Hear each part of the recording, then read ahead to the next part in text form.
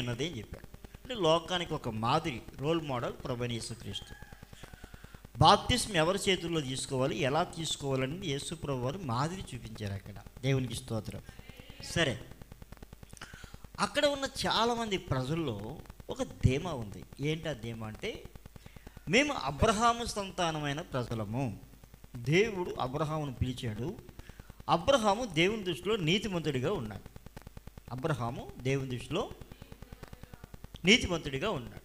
నీతిమంతుడైన అబ్రహాము సంతానముగా చెప్పుకోవడం అనేది ఒక భాగ్యం, ఒక వరం. మానవాళికి దేవుడిచ్చిన వరం ఏదైనా ఉంది అంటే అబ్రహాము సంతానము అని చెప్పుకోవడం ఒక గొప్ప భాగ్యం, స్టేటస్. వాడు కోటీశ్వరుడైనా కూడా అబ్రహాము సంతానం కానివాడైతే వాడు అక్కర్లేదు. ఒకడు సర్వలోకాన్ని సంపాదించుకొని వాడి ప్రాణం పోగొట్టుకుంటే వానికి ఏం ప్రయోజనం అని చెప్పినట్లుగా యేసు ప్రభువును నమ్ముకున్న ప్రతివాడు కూడా అబ్రహాము సంతానముగా పిలువబడకపోతే వాడు క్రైస్తవుడు కాదు. ఎందుకంటే యేసు ప్రభు వారు కూడా స్వయంగా ఒక మాట చెప్పారు, ఇతడును అబ్రహాము కుమారుడే, నేడు ఈ ఇంటికి రక్షణ వచ్చింది. దేవునికి స్తోత్రం. అబ్రహాము కుమారుడిగా పిలువబడడం అనేది కూడా సామాన్య విషయం కాదు. అబ్రహాము కుమారుడిగా పిలువబడాలంటే తండ్రి అయిన అబ్రహాము ఏ లక్షణాలు కలిగి ఉన్నాడో అదే లక్షణాలు ఆయన పిల్లలు కూడా కలిగి ఉండాలి. స్తోత్రం.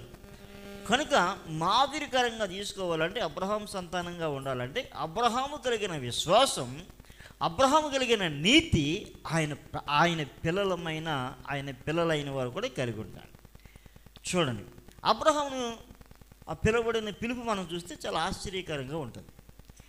అబ్రహాము దేవుడు ముందుగా తన ఏర్పాటు ఊరు అనే ప్రాంతం నుంచి అబ్రహాముని దేవుడు తీసుకుని వచ్చేసాడు.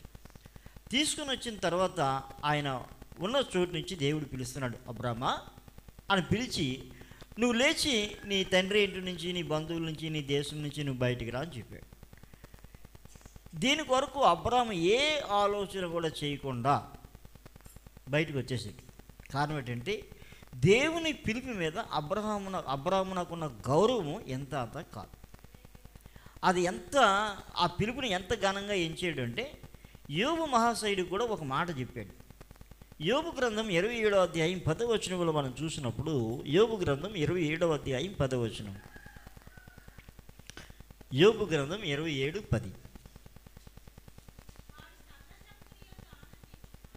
అవునా?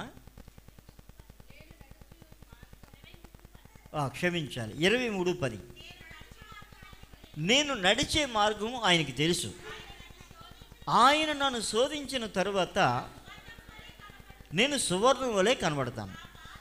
నా పాదములు ఆయన అడుగు జాడలు విడువక నడిచినవి, నేను ఇటు అటు తొలగక ఆయన మార్గమును అనుసరించితిని. ఆయన పెదవుల ఆజ్ఞను నేను విడిచి తిరగలేదు. ఆయన నోటి మాటలను నా సొంత అభిప్రాయం కంటే ఎక్కువగా ఎంచాను. అమ్మా శ్యామలమ్మా, ఏం చెప్పానమ్మా?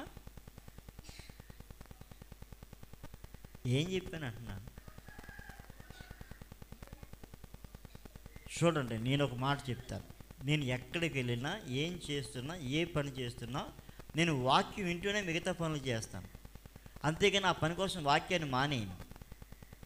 అర్థమైందా? పిల్లల్ని ఆడించొద్దంటలేదు, వాళ్ళకి అన్నం పెట్టొద్దంటలేదు. కానీ మైండ్ దేని మీద ఉండాలంటే మొదటి స్థానం దేవుడిదే. అది చేస్తూ మిగతాయి చేయండి. గట్టిగా స్తోత్రం చెప్పండి. హల్లెలూయా. ఎందుకంటే మనం వచ్చింది భోజనం చేయటానికి. మనిషికి శరీరానికి రోజు 3 పూటలు తింటున్నాం. 3 పూటలు ఇంకెక్కువ తింటున్నారా? ఎక్కువ కూడా తింటున్నారు. ఫాస్ట్ ఫుడ్లు వచ్చినాయి కదా, పూరీలు, పానీపూరీలు, అదే నైట్రిక్ యాసిడ్ కలిపే పానీపూరీలు. సంవత్సరానికి ఒకసారి కూడా కడగని పెనములో ఉన్న నూడిల్స్, ఇవన్నీ కూడా చక్కగా మనం తింటూ ఉన్నాం.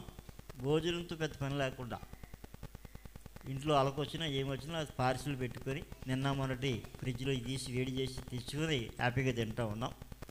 ఎందుకంటే ఆకలి ఉండలేక. కానీ శరీరానికి నువ్వు ఎంత తిన్నది బహిర్భూమిలో విడవబడుతుంది. కానీ దేవుని వాక్యం మాత్రం నువ్వు జాగ్రత్తగా విన్నట్లయితే, దాన్ని గణపరిచినట్లయితే, అది నేను గణపరిచి నిత్యత్వంలో ప్రవేశపెట్టడం మాత్రమే కాదు, ఈ లోకంలో నేను ఉన్నత స్థాయిలో ఉంచేది దేవుని వాక్యమే. స్తోత్రం. హల్లెలూయా. శరీరానికి ఆహారం ఎంత అవసరమో ఆత్మకు కూడా వాక్యము అంత అవసరం. నీ వాక్యం నాకు బ్రతికిస్తూ ఉంది, నా బాధల్లో ఇదే నాకు నెమ్మది కలిగిస్తూ ఉంది అన్నాడు దావీదు. ఊరికి నేను చెప్పలేదు, నీ వాక్యం నన్ను బ్రతికిస్తూ ఉంది, బాధల్లో నాకు నెమ్మది. హల్లెలూయా, హల్లెలూయా. నీ వాక్యం కొరకు నేను ఆశ పెట్టుకొని ఉన్నాను, ఎప్పుడు నన్ను ఆదరిస్తావు అని నీ వాక్యం కొరకు నేను ఎదురు చూస్తూ ఉన్నాను అంటాడే. దేవునికి స్తోత్రం. ఇదిగో నీ సన్నిధిని ప్రార్థన దాచి ఉంచేని అంటాడు మొరపెట్టడానికి. మనం ఏ విషయంలో సిద్ధపాటు కలిగి ఉన్నాం? ప్రార్థన చేయడానికి ఏమైనా సిద్ధపాటు కలిగి ఉన్నామా? ఈ విషయంలో నేను ప్రార్థన చేయాలని నేను ఎప్పుడైనా చేస్తే ఆ రోజు చేస్తాం, మళ్ళీ మర్చిపోతాం, ఏం చేసాం గుర్తుండదు, మళ్ళీ కొత్త ప్రార్థన. మన బతుకులు ఎందుకు ఎట్లా ఉండిపోయాయంటే కారణం అదే. నిజానికి యేసుప్రభు సన్నిధికి వచ్చిన వాళ్ళు ఎవరు అలా ఉండిపోరు, డెవలప్ అవుతూ ఉండాలి. ఏదైనా చెప్పమంటే అబ్బాబా బాబా అంటున్నాం, ఎందుకని? మన బతుకులు అలాగే అయిపోయినాయి. ముందుకెళ్ళాలి, ఎక్కడున్న వారు అక్కడే చావడానికి కాదు, ఆత్మీయ జీవితంలో ముందుకెళ్ళాలి, ఎదగాలి. ఎందుకు యోహాను గారి కోసం చెప్తా ఉన్నానంటే, యోహాను గారి దగ్గరికి బాప్తీసానికి చాలామంది వచ్చారు. వస్తూ ఒక్కొక్క చిన్న గర్వం, మేము అబ్రహాం సంతానం, దేవుడు పిలిచిన మొట్టమొదటి అబ్రహాం సంతానం మేము, కాబట్టి మాకు అన్ని విషయాలు తెలిసిన పొగరు ఉండేది వాళ్ళకి. అందుకే యోహాను గారు చెప్పాడు, అబ్రహాము మా తండ్రి అని మీలో మీరు చెప్పుకున్న తలంచవద్దు, ఫలించని ప్రతి చెట్టును నరకబడి అగ్నిలో వేయబడతావు. ఫలించకపోతే, నువ్వు ఫలాలు లేకపోతే నువ్వు నరకబడతావు, అగ్నిలో వేయబడతావు. తెస్సలోనికలో అపొస్తలుడైన పౌలు అంటాడు, యేసు ప్రభు నమ్ముకున్నది నరకానికి వెళ్ళడానికి కాదు, పరలోకానికి వెళ్ళడానికి, రక్షణ పొందడానికే దేవుడు మనల్ని నియమించాడు కానీ ఉగ్రత పాలు అవడానికి కాదు అంటాడు ఆయన. దేవునికి స్తోత్రం. కనుక యేసు ప్రభువుని నమ్ముకొని కూడా బూడిదలో పోసిన పన్నీరుగా మన జీవితాలు ఉండకూడదు. పొందలేని దాన్ని పొందడానికి యేసు ప్రభువుని నమ్ముకున్నాం. ఒకప్పుడు నెమ్మది లేదు, ప్రభు దగ్గరికి వచ్చాక నెమ్మది పొందాలి. ఒకప్పుడు శాంతి లేదు, ప్రభు దగ్గరికి వచ్చాక శాంతి పొందాలి. ఒకప్పుడు ఆశీర్వాదం లేదు, ప్రభు దగ్గరికి వస్తే ఆశీర్వాదం పొందాలి. ఒకప్పుడు ఇల్లు లేదు, ప్రభు దగ్గరికి వస్తే ఇల్లు పొందాలి. ఒకప్పుడు పాకలో ఉన్నాం, డెవలప్ అవ్వాలి. ఈరోజు ఎంతకాలమైన ఇదే బ్రతికంటే నువ్వు యేసు ప్రభువుని నమ్ముకున్నట్టు కాదు. యేసు ప్రభువుని నమ్ముకున్న వారిని ఆయన అలా ఉంచేవాడు కాదు, అన్ని విషయాల్లో కూడా ఆయన హెచ్చించేవాడై ఉన్నాడు ఆయన. దేవునికి స్తోత్రం కలుగును కాదు. హల్లెలూయా, హల్లెలూయా. సమూయేలు పుట్టాడు, తల్లి చెప్పింది, అయ్యా నా కుమారుడు పుట్టినట్లయితే వాడిని సన్నిధికి ఇస్తానయ్యా అని చెప్పింది. బిడ్డ పుట్టాడు, తీసుకెళ్ళి అప్పగించింది, పాలు విడిచిన తరువాత అప్పగించింది. వాడి కొరకు ఎంత ప్రార్థన చేస్తుంటుందో తల్లి. బిడ్డను కన్నాను ఇచ్చేస్తానని ఇచ్చేసానులే అనుకోవట్లేదు ఆమె. ఎంతో ప్రార్థన చేసి ప్రతి సంవత్సరం కూడా ఆ బిడ్డకి బట్టలు పట్టుకుని వెళ్తూ ఉందండి ఆమె. చివరికి ఆ బిడ్డ ఆ సమూయేలు ఏమయ్యాడంటే రాజులను అభిషేకించే సమూయేలుగా మార్చబడ్డాడు. దేవునికి స్తోత్రం కలుగును కాక. వెనకాల తల్లి ప్రార్థన ఉంది. మన పిల్లల పట్ల మన ప్రార్థన ఎంత ఉంది? దేవుడు పుట్టిన వారిని పుట్టినట్లుగా ఉంచడం దేవుడు ఉద్దేశం కాదు. దేవునికి ఒక ప్రణాళిక నీ మీద, నీ పిల్లల మీద ఉంది. ఆ ప్రణాళిక అర్థం కాకుండా మనమే చేస్తూ ఉన్నాం. నిన్న యూట్యూబ్లో ఒక చిన్న భాగం చూశాను. ఆ భాగం ఏంటని చూసినట్లయితే, స్కూల్ జరుగుతూ ఉంది, ఇద్దరు పిల్లలు కొట్టుకుంటూ ఉన్నారు. ప్యూన్ వచ్చి, అయ్యా ఇద్దరు కొట్టుకుంటున్నారండి అన్నాడు. ఏమిరా ఎందుకు కొట్టుకుంటున్నారు, మీరు అలా కొట్టుకోకూడదు కదా, రే మాస్టర్ గారికి చెప్పండి అన్నాడు. మాస్టర్ గారు వచ్చి ఒకను కొట్టాడు. వెంటనే వాడు వెళ్ళాడు, అమ్మాబాబుని తీసుకుని వచ్చాడు. అమ్మాబాబుని తీసుకుని వస్తే ఆ వచ్చినోడు అంటాడు, మాస్టారు దయతో మా అబ్బాయి చేసిన తప్పుకి క్షమించమని అడుగుతున్నానండి, వాడిని క్షమించండి అని చెప్పి తండ్రి క్షమాపణ చెప్పి వెళ్ళిపోతాడు. ఇంకొకటి వచ్చి, ఏమా మీకు ఎందుకు డబ్బులు కడతా ఉన్నాం, మేము జీతాలు ఎందుకు అంత కడతా ఉన్నాం, పిల్లల ఫీజులు, మా పిల్లల్ని కొట్టడానికా, మర్యాద ఉండదు జాగ్రత్త అని వార్నింగ్ ఇచ్చి వెళ్ళిపోతాడు. ఆ వెళ్ళిపోయేటప్పుడు ఆ కుర్రగాడు అలా చూస్తాడు, చూసావా మా నాన్న తడక ఎలా ఉంది, మా నాన్న తడక చూసావా, జాగ్రత్త అన్నట్టుకుంటుంది చూడు. మాస్టర్ గారు సిగ్గుతో తలదించుకుంటాడు, అవమానంతో. కొన్ని సంవత్సరాలు అయిపోయింది, మాస్టర్ గారు రిటైర్ అయిపోయారు. ఒకడు ఎదురుగుంటూ వస్తూ ఉంటాడు. వాడు గడ్డి పని, పొలం పని చేసుకుంటూ అక్కడ చూస్తాడు. అయ్యో మా మాస్టర్ గారు వెళ్ళి నమస్కారం చెప్తాం అనుకుంటాడు, కానీ అది చెప్పకుండా అలా ఉంటాడు. ఈ లోపల ఇంకొకడు మోటార్ సైకిల్ మీద వస్తాడు, వచ్చి మాస్టరు నమస్తే అండి అంటాడు చాలా హ్యాపీగా. నాయనా నువ్వెవరు నాయనా, నేను ఎక్కడ చూశానంటే, మాస్టరు మీ చేత దెబ్బలు తిన్న నేనే మాస్టరు. ఆ రోజు మీరు పెట్టిన భిక్ష ఈరోజు నేను ఉన్నత స్థాయిలో ఉండడానికి కారణమైందండి, మీ దయ అని ఆ కాళ్ళు పట్టుకొని ఆయనకి నమస్కారం చేస్తాడు. ఆ మాస్టర్ గారు చాలా హ్యాపీ ఫీల్ అయిపోయి సంతోషం నాయన అని చెప్పి వెళ్ళిపోతాడు. అంటే గురువుకి ఏది సంతోషం అంటే విద్యార్థి డెవలప్ అయ్యాడు అనేది గురువు గారికి సంతోషం. వాడు ఏది ఇచ్చేస్తాడని కాదు. దేవునికి స్తోత్రం. తన పిల్లలు ఉన్నతమైన వారుగా అవడం అనేది ప్రతి గురువు కూడా కోరుకుంటాడు. దేవునికి స్తోత్రం. ఎందుకంటే గురువులందరూ ఒకలాగే ఉండరు. ఒక్కొక్క గురువులో ఒక్కొక్క క్వాలిఫికేషన్ ఉంటుంది. నేను 5వ తరగతి చదువుకునే వరకు కూడా నాకు ఇంగ్లీష్ అక్షరాలు తెలియవు, ఏబిసిడీలు తెలియవు. 5వ తరగతికి వచ్చినప్పటికీ కూడా 5వ తరగతిలో మా మాస్టర్ గారు ఆనందరావు గారు అని చెప్పి, ఆయన మంచి హిందూ మాస్టర్ గారు. ఆయన మా తాతయ్య గారికి శిష్యుడు. ఆయన చక్కగా పాఠాలు చెప్పి పోస్ట్ కార్డులు తీసుకుని పోయి వాటి మీద బొమ్మలు వేసి, కప్పులు గ్లాసులు బొమ్మలు వేసి ఆ పేపర్ అలా గోడకు పెట్టి ఈ గ్లాస్ ఇంగ్లీష్లో, కార్, కప్ ఇలాగ ఇంగ్లీష్లో చెప్తూ ఉండి అక్షరాలు చెప్పిస్తూ ఉండేవాడు. ఆ విధంగా మొట్టమొదట ఇంగ్లీష్ అక్షరాలు పలకడం నా ఓనమాలు ఎక్కడంటే ఆనందరావు మాస్టర్ గారి దగ్గర 5వ తరగతిలో. అంతవరకు నాకు తెలియదు. మరలా చాలా సంవత్సరాలు అయిపోయిన తర్వాత మనకి ఇంకా 6వ తరగతికి ఎక్కలేదు, పని జరగలేదు, బయటికి పంపించారు. నేనే వచ్చేసాను, నాకు పంపలేదు. మరలా నేను కొన్ని సంవత్సరాలు అయిపోయిన తర్వాత 10th క్లాస్ కడదామని కోరిక కలిగింది. కోరిక కలిగి 10th క్లాస్ కట్టడానికి నాకు ఛాలెంజ్ లేదు. ఎందుకంటే నాకు ఇంగ్లీష్ అసలు రాదు, హిందీ రాదు, ఇంగ్లీష్ కాదు హిందీ అసలు రాదు.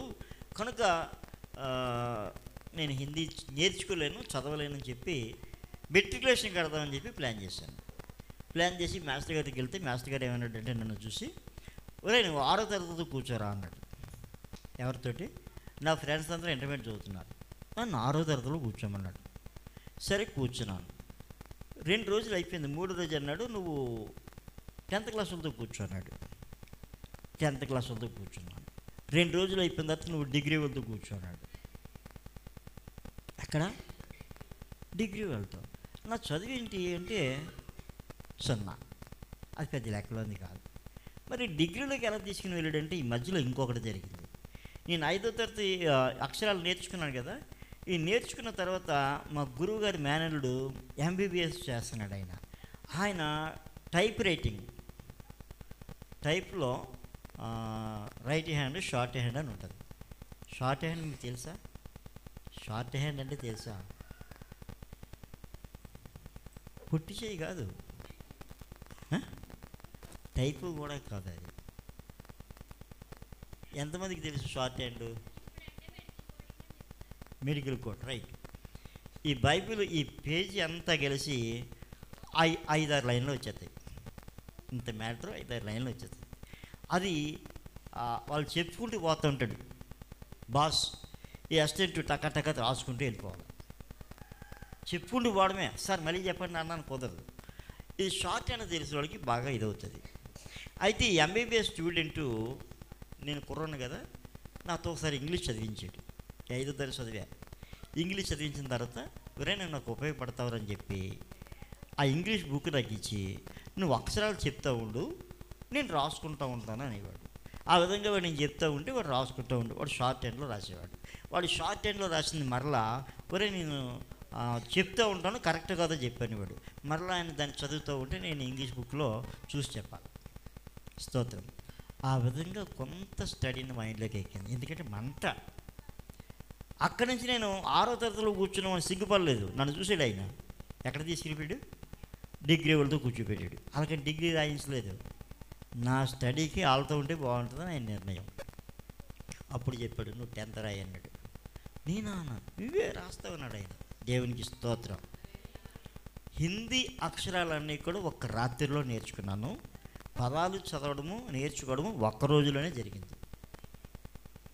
స్తోత్రం. ఒక బోర్డు తెచ్చేసాను స్కూల్ నుంచి, బ్లాక్ బోర్డు మొత్తం రాసి పడేసిన అర్థం నుంచి గుణంతాల వరకు చూసి ఇప్పుడు చూడకుండా స్టార్ట్ చేశాను. ఒక్క రాత్రిలోనే, మీరు నమ్మిన నమ్మకపోయినా మరుసటి రోజు హిందీ పరీక్షకి వెళ్ళి మాస్టర్ గారికి చెప్పాను, నాకు హిందీ రాదు కానీ రాస్తాను, చెప్తే రాస్తాను, కనుక మీరు దయ చూడండి అన్నాను.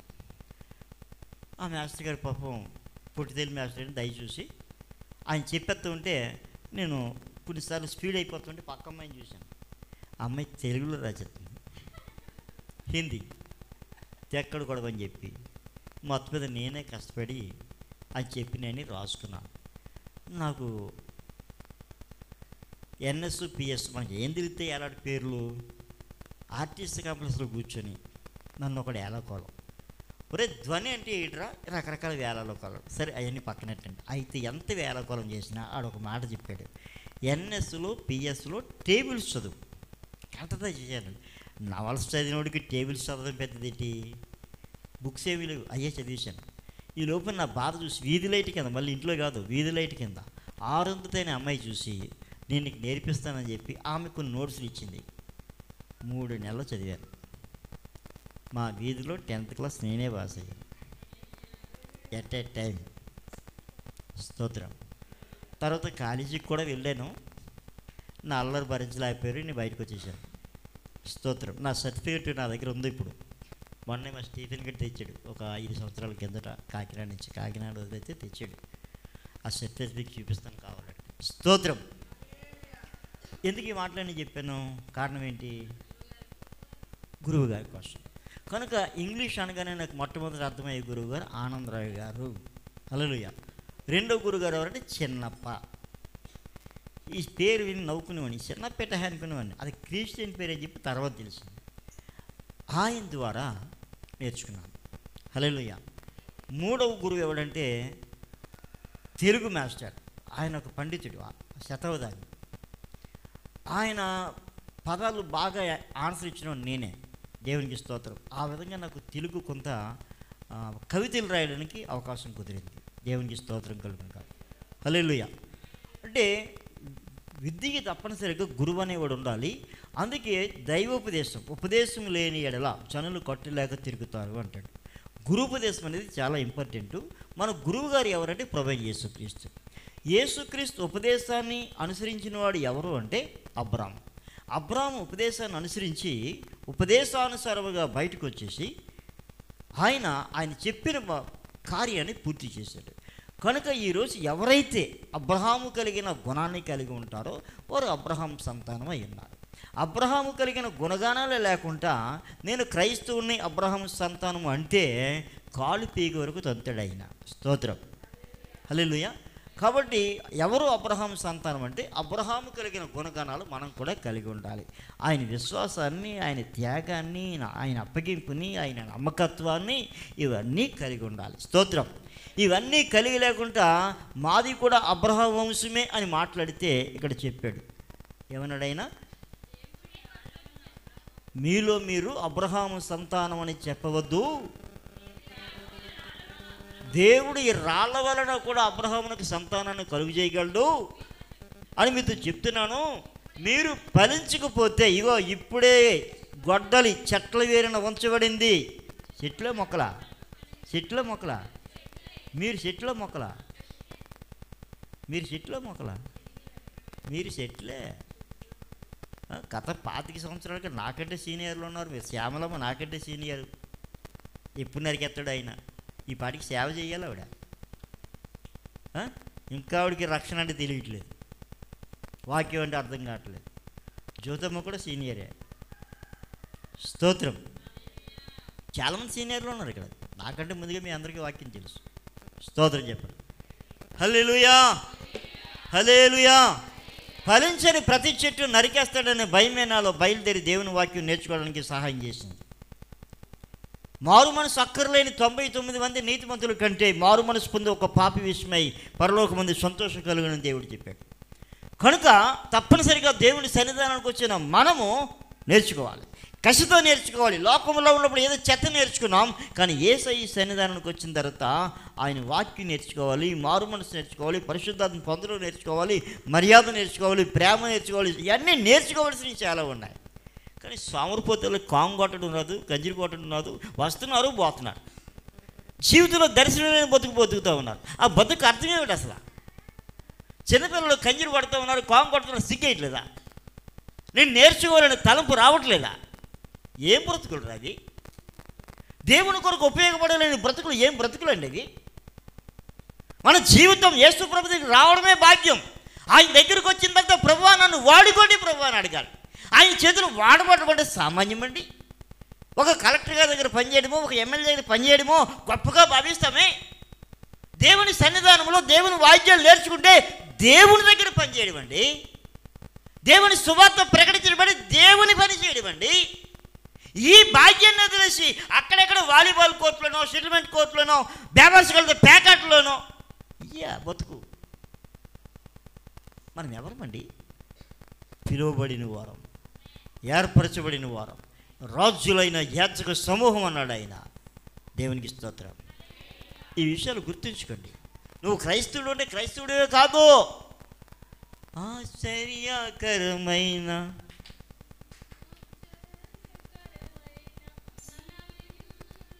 నేను తప్పుపాడాను, దాన్ని కంటిన్యూ చేశారు.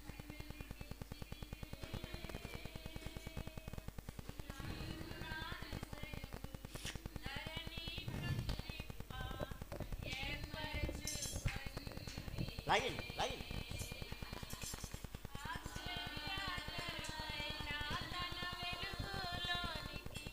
నన్ను పిలచి వెలిగించితివే. ఎందుకు వెలిగించాడంటే ఈ ధరని, ఈ భూమి మీద ఆయన ఆశ్చర్యకార్యాలు ప్రకటించడానికి, ఆయన ఆశ్చర్యకార్యాలు ప్రకటించడానికి ఎలా ఎంచాడు మనల్ని? రాజులైన యాజక సమూహముగా, పరిశుద్ధ జనముగా, దేవుని సొత్తైన ప్రజలుగా. ఎలాంటి ఘనత ఇచ్చేసాడండి ఆయన. దేవుని సొత్తు అండి. నేను ముట్టినవాడు నా కనుభవను ముట్టినట్టు ఆయన.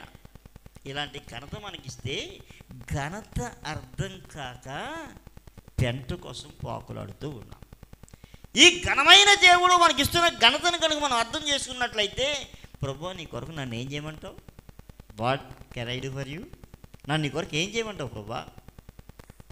హల్లెలూయా. మీరు ఆలోచించండి, దేవుని కొరకు మీరేం చేశారు? మీరు యేసు ప్రభువు నమ్ముకుని చాలా కాలమైంది. దేవుని కొరకు మీరేం చేశారు? ఆయన అడుగుతూ ఉన్నాడు, మీరు నా కొరకు ఏం చేశారని. ఏం చెప్తారు? ఏమి లేదా?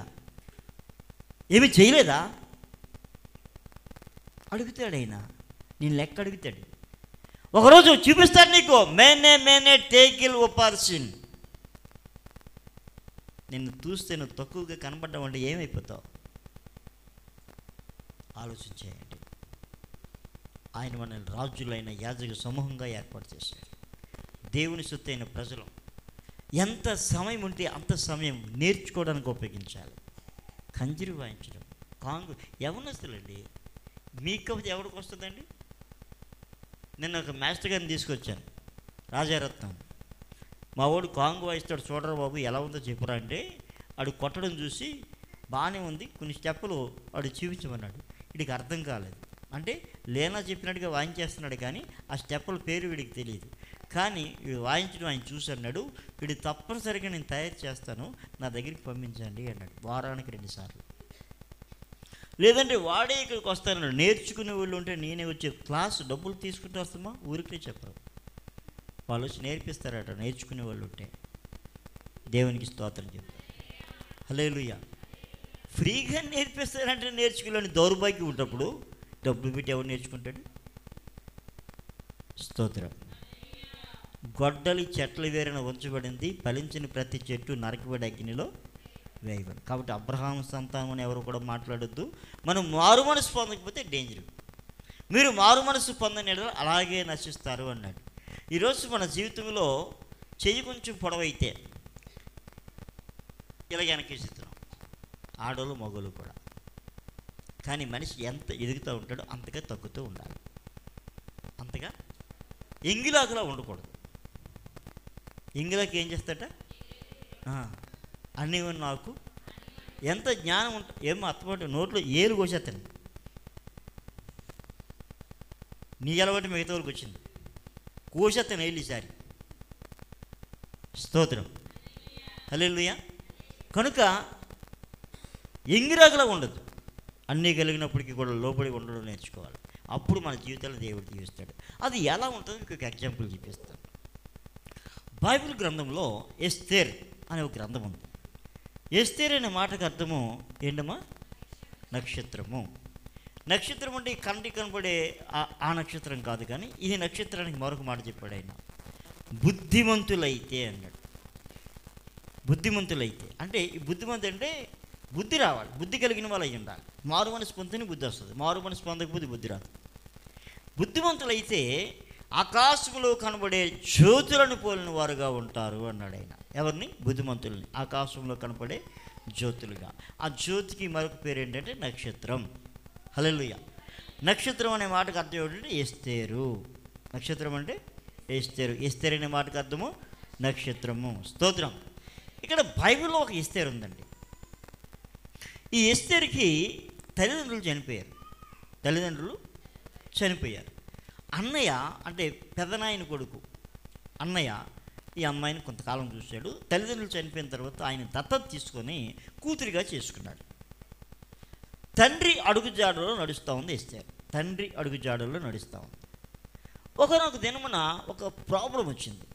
ప్రాబ్లం ఏంటంటే అహష్వేరోషు అనే రాజు దేశాన్ని పరిపాలన చేస్తున్నాడు. ఆడవాళ్ళందరూ జాగ్రత్తగా వినాలి. మనకు వచ్చిన చిన్న చిన్న పొగరులు, చిన్న చిన్న అహంకారాలు, చిన్న చిన్న గర్వాలు జీవితాలను ఎలా నాశనం చేస్తాయో ఈ బుక్ మనకు చాలా విషయాలు చెప్తాం. ఈ రాజు ఆ బైబిల్లో ఎస్తేరు గ్రంథంలో ఒక మాట ఉంటుంది, కూషు దేశం మొదలుకొని హిందూ దేశం వరకు అంటాడు. హిందూ దేశం మొదలుకొని కూషు దేశం వరకు 127 సంస్థానాలని పరిపాలన చేస్తున్న ది గ్రేట్ కింగ్ అహష్వేరోష్. దేవునికి స్తోత్రం. అతనుకు కలిగిన విస్తారమైన ఆనందము చేత, వర్తకము చేత, ఆనందం చేత ఒకరోజు పార్టీ ఇవ్వాలనుకున్నాడు. అందరికీ పార్టీ ఇస్తున్నాడు. పేద ధనిక ఎవరు తేడా లేకుంటే అందరికీ కూడా ఎవరికి ఏమి నచ్చి తాగొచ్చు, తినొచ్చు, ఫుల్ ఎంజాయ్. పార్టీ ఇచ్చిన తర్వాత కొన్ని రోజులు అయిపోయిన తర్వాత భార్య కూడా పార్టీ ఇస్తా ఉంది. పురుషులందరికీ భర్త ఇస్తూ ఉన్నాడు, స్త్రీలందరికీ భార్య పార్టీ ఇస్తా ఉంది. ఈ పార్టీలో వీడు బాగా తాగి భర్త రాజు కదా, తాగిన అడిగేవాడు ఎవడు లేడు. హల్లెలూయా. తాగిన అడిగేవాడు ఎవడు? రాజు కదా. ఇప్పుడు మగోళ్ళు కూడా చాలా తాగుతూ ఉన్నారు. నన్ను ఎవడు అడుగుతాడు? నా డబ్బులు అనేవాళ్ళు ఉన్నారు. డబ్బులు ఇయ్యే, కానీ ఆలయం దేవుంది. డబ్బులు మనయే, ఆలయం మాత్రం దేవుంది. నీ దేహము దేవుని ఆలయం అని వెరగవా?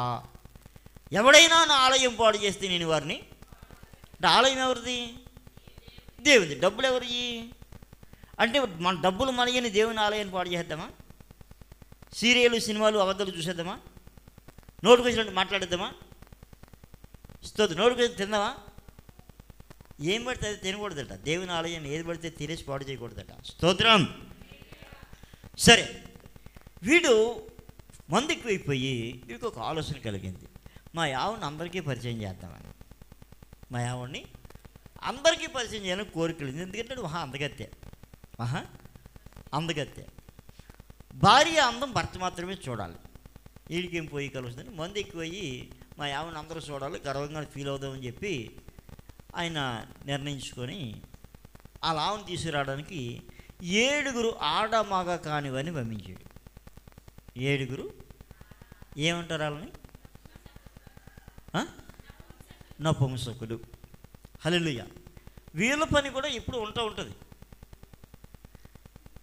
వీళ్ళ పని కూడా ఎప్పుడు ఉంటుంది. స్తోత్రం.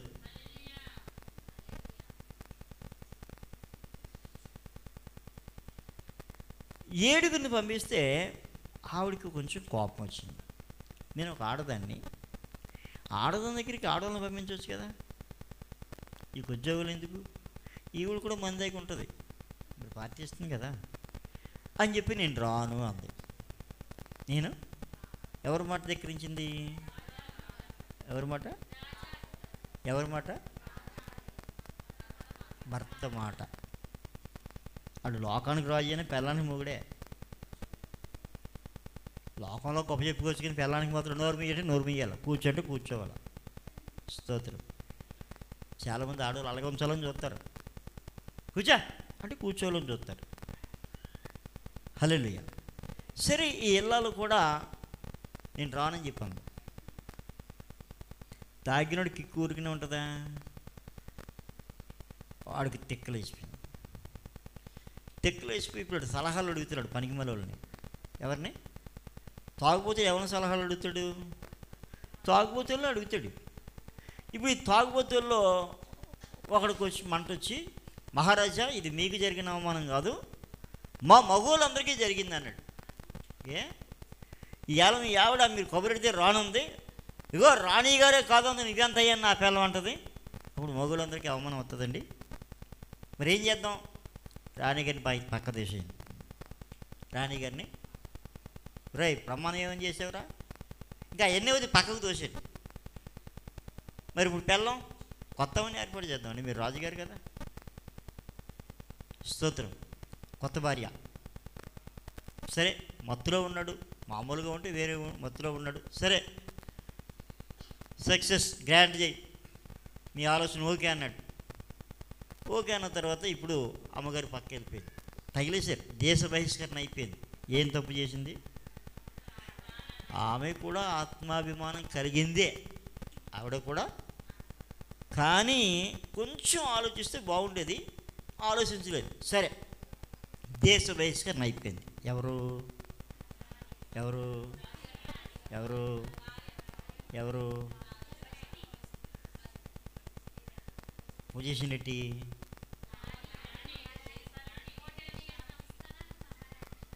ఏమైపోయింది? ఎందుకు అయిపోయింది? పొగరు. చాలా కుటుంబాల నాశనానికి కారణం పొగరే. నువ్వెంత నేనెంత అని.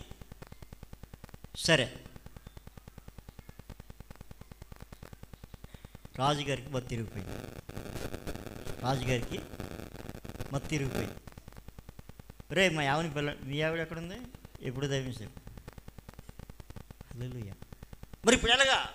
మీరు ఆజ్ఞ ఇచ్చారు, మళ్ళీ మార్చుకోవడానికి వీల్లేదు, మళ్ళీ మార్చుకోవడానికి వీల్లేదు. సరే మరలా ఎంపిక చేశారు. లాస్ట్ని అందరిలో ఒక అమ్మాయి, ఆ అమ్మాయి పేరే అదస్సా. ఏం పేరు? అదస్సా.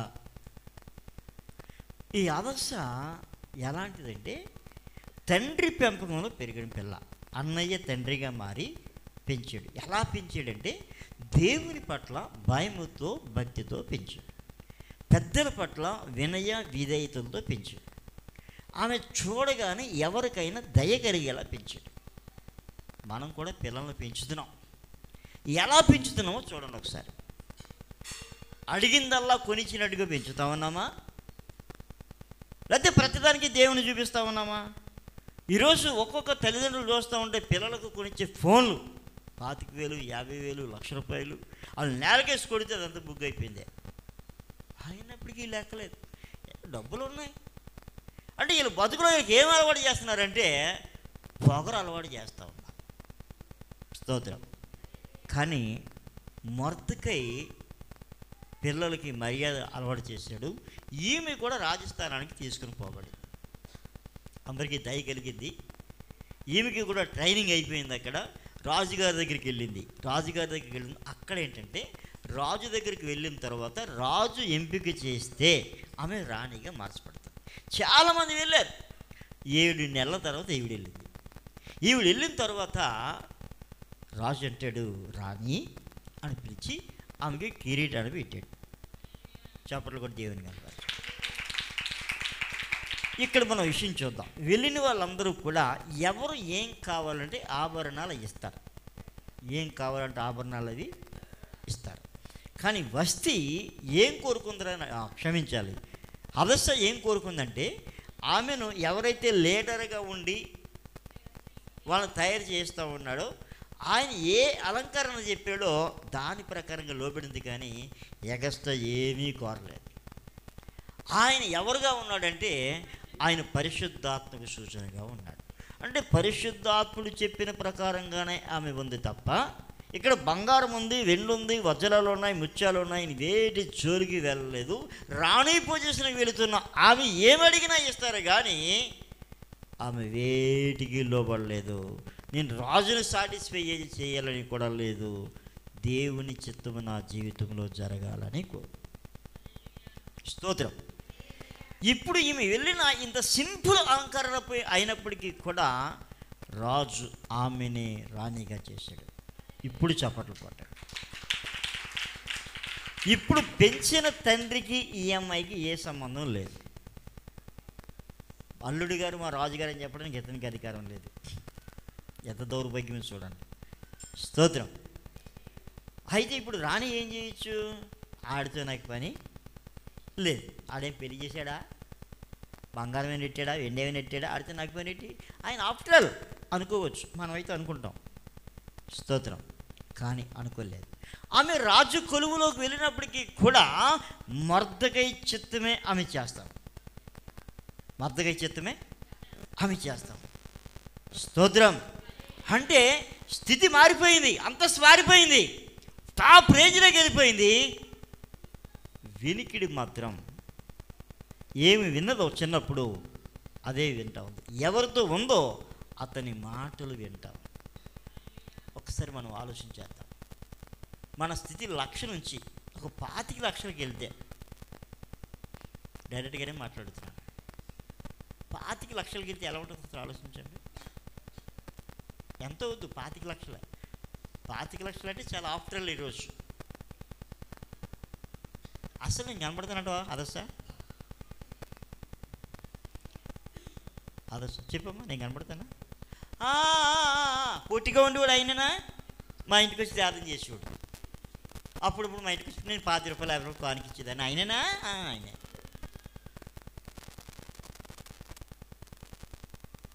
జ్యోతి నువ్వేమంటావు? పొట్టిగా ఉంటాడు, సైకిల్ మీద ఇచ్చేవాడు అయినా?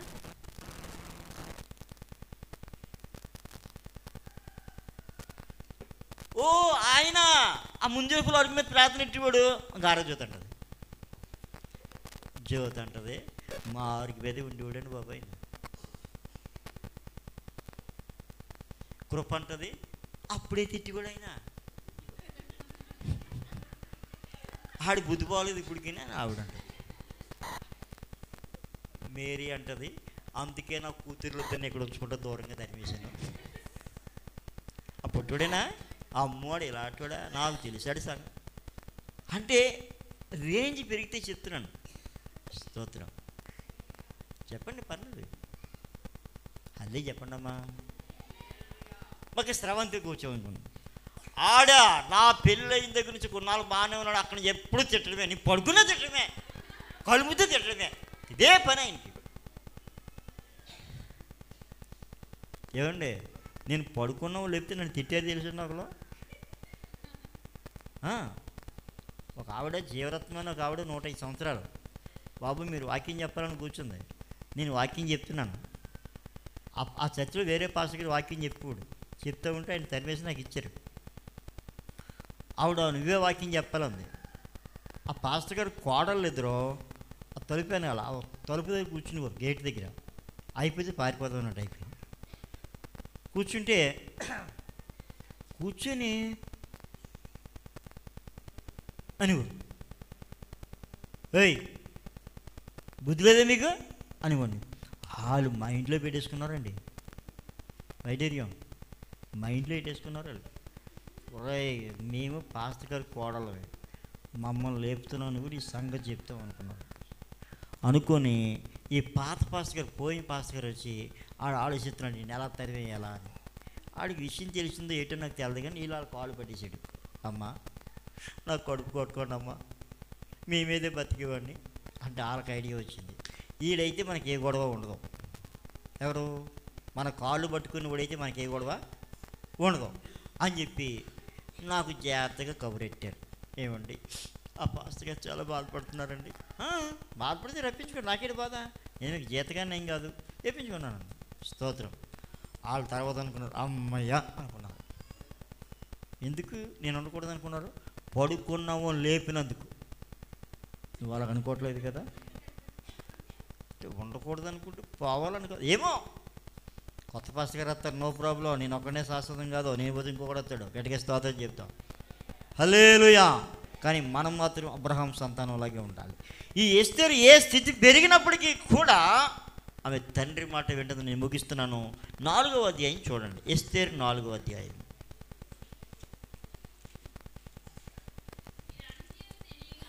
ఆ, ఉమ్, ఉమ్. తల్లి ఒక్క నిమిషం బాగానే చదువుతున్నావు కానీ 2వ అధ్యాయము 18 చూద్దాం. అప్పుడు రాజు అందరినీ, సేవకులందరినీ ఎస్తేరు విషయమై గొప్ప విందు చేయించి సంస్థానముల్లో సెలవు దినము ప్రకటించి రాజు స్థితికి తగినట్టుగా బహుమతులు ఇప్పించాను. ఓహో, పెళ్ళి చేసుకున్నవాడే కానుకలు ఇచ్చాడా? ఇప్పుడు చాలామంది ఇదే చేస్తున్నారు. పూర్వం పెళ్లి చేసుకుంటే పెళ్ళి అయితే కానుకలు పట్టుకెళ్ళేవారు, పెళ్లి కూతురికి పెళ్లి కొడుక్కి. కానీ ఇప్పుడు లేటెస్ట్ ఏంటంటే పెళ్లి చేసుకున్న వాళ్ళే కానుకలు ఎత్తున్నారు. అంటే అందరూ కాదు, మన రూతమ్మలకు డబ్బులు ఉన్నవాళ్ళు. స్తోత్రం. రూతమ్మలాగా డబ్బు ఏ పార్టీకి కానుకలు తీసుకున్నాడు. రూతమ్మ మా మరదలో ఎన్నోళ్ళకి ఒక టవల్స్ అని, ఒక కట్ చీపులన్నీ భోజనం చేసిన తర్వాత. పూర్వం కానుకలు ఏమి ఎత్తారని చూసేవారు, ఇప్పుడు పిల్లలే ఎత్తినారు వెండి గిన్నెలు అవన్నీ. స్తోత్రం. ఇక్కడి నుంచి వచ్చిందేమో. స్తోత్రం. హల్లెలూయా. వీళ్ళందరికీ కానుకలు ఇచ్చేటట. తర్వాత చదవమ్మా. కూర్చోబడినప్పుడు మొర్దెకై రాజగుమ్మములో కూర్చుని ఉండెను. ఎస్తేరు మొర్దెకై యొక్క పోషణ మందున్న కాలమున చేసినట్టుగానే ఇప్పుడును అతని మాటకు ఆమె లోబడుచుండెను కనుక. చాలమ్మా. అప్పుడెప్పుడో రాణి కాకముందు ఏ విధంగా అతనికి లోబడి ఉందో, రాణి అయిన తర్వాత కూడా తండ్రి అయిన మొర్దెకైకి లోబడి ఉంది. స్తోత్రం చెప్తాం. మన స్థితి ఏదైనా కావచ్చు, లోబడ్డము అనేది నేర్చుకున్నట్లయితే ఇది మనల్ని ఉన్నతులుగా చేస్తుంది. స్తోత్రం. మీరు రాణి అయిన తర్వాత చేసిన అద్భుతం ఏంటో తెలుసా? ఇశ్రాయేలు అందరూ కూడా నాశనం కాకుండా ఉండడానికి 3 దినాలు ఉపవాసం ఉంది. రాణి. మనం ఉపవాసం ఉండలేదు. శుక్రవారం పూట ఉంటున్నామా? ఇది ఉన్నవాళ్ళు ఒకసారి నేను శుక్రవారం ప్రార్థనకి అనుమతి చేసి చేయగలుగుతాను. అయ్యో, మిగతా వాళ్ళు ఏమయ్యారు? స్తోత్రం. ఏమ్మా, నైట్ ప్రార్థన పెట్టడానికి కారణం ఏంటంటే పగలెందుకు పెడతా ఉన్నామని చెప్తాను. ఇప్పుడు మా శ్యామలం ఉంది, ఆవిడ రాత్రులు రాలేకపోతుంది. వాళ్ళ కోళ్ళు రాత్రులు రాలేకపోతుంది. పిల్లలు వస్తారు, ఇవన్నీ చూసుకోవాలని.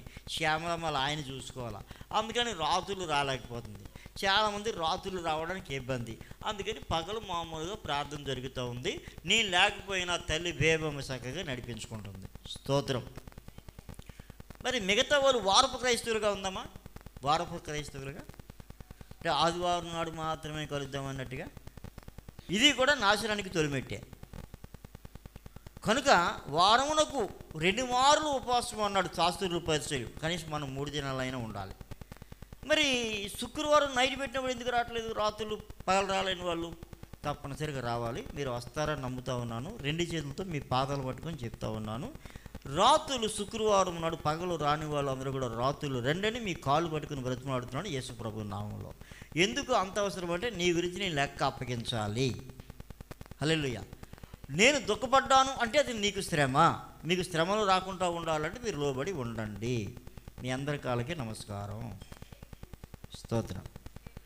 కనుక 2025లో మాట ఇచ్చి మాట గాల్లోకి వెళ్ళిపోకూడదు. తోలు తీసేస్తాడు ఆయన, ఇచ్చిన మాట ప్రకారం నిలబడకపోతే. స్తోత్రం చెప్పాడు. ఇప్పుడు శుక్రవారం పూట నేను మనసంతా కూడా బాలరాజుపేటలో పెడతా ఉన్నాను. అక్కడ 4 5 చక్కగా ప్రార్థన ఆరాధన జరుగుతూ ఉంది. స్తోత్రం. అక్కడ ఒక సంఘాన్ని డెవలప్ చేయడానికి నిర్ణయించుకున్నాను. నేను ఒక పెద్ద మందిరం కూడా అక్కడ కట్టాలని నిర్ణయించుకున్నాను. ఈ నెలలోనే స్థలం కొనాలనుకున్నాను. ఇంకా మీరు ఎవరో డబ్బులు ఏమి ఇవ్వలేదు.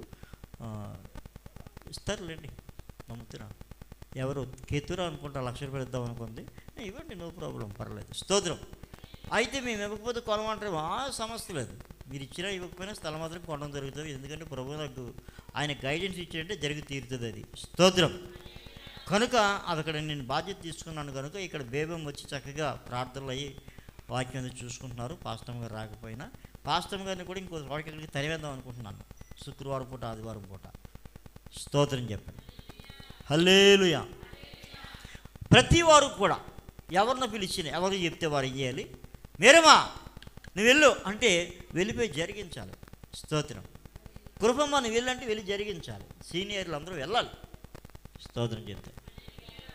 హల్లెలూయా, హల్లెలూయా. వెళ్ళడం ద్వారా మన ఫలాలు ఉన్నాయో లేవో తెలుస్తాయి. వెళ్ళడం ద్వారా ఫలాలు ఉన్నాయో లేవో తెలుస్తాయి. ఫలించకపోతే ఏం చేస్తాడు ఆయన? నరికేస్తాడు. ఎప్పుడు నరుకుతాడో తెలుసు. స్తోత్రం. ప్రస్తుతం మీరు నరకబడకుండా కాసేది కేవలం ప్రార్థనే. 100% 100% మీరు నరకబడకుండా కాసేది ప్రార్థనే. ఆ సమయం అయిపోయిన తర్వాత ఆయన నరుగుతాడు. ఫలించని ప్రతి చెట్టు నరుగుతాడు ఆయన. స్తోత్రం. ఎవరు ఏ పని చేసినా మొదటి స్థానం దేవుడికే. గట్టిగా స్తోత్రం చెప్దామా? కనుక మనం ఎంత ఎత్తు ఎదిగినప్పటికీ కూడా ఎలా ఉండాలి? మనం ప్రకాశించే నక్షత్రంలో ఉండాలి. ఎలా ఉండాలి? ఎవరో ప్రకాశించే నక్షత్రం?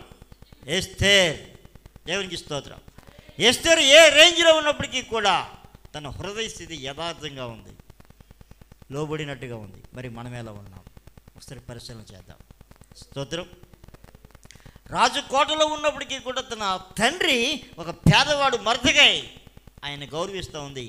ఆ కారణం చేతనే సంవత్సరాలు అయిపోయిన, వందల సంవత్సరాలు అయిపోయినప్పటికీ కూడా ఈరోజు ఎస్తేరు కోసం మాట్లాడుతున్నాం. మన పేరు మనం చచ్చిన వెంటనే మర్చిపోయేలా ఉంటే మనం బతికిన ఒకటే, చచ్చిన ఒకటే. ఈ 2 సంవత్సరాలు ఉండేదండి, చచ్చిపోయింది అది కాదు. నువ్వు దేవుని కొరకు ఏం చేసావో అక్కడ ఉండాలి. స్తోత్రం చెప్దామా? మోకరించుదామా? ప్రార్థన చేసుకుందాం.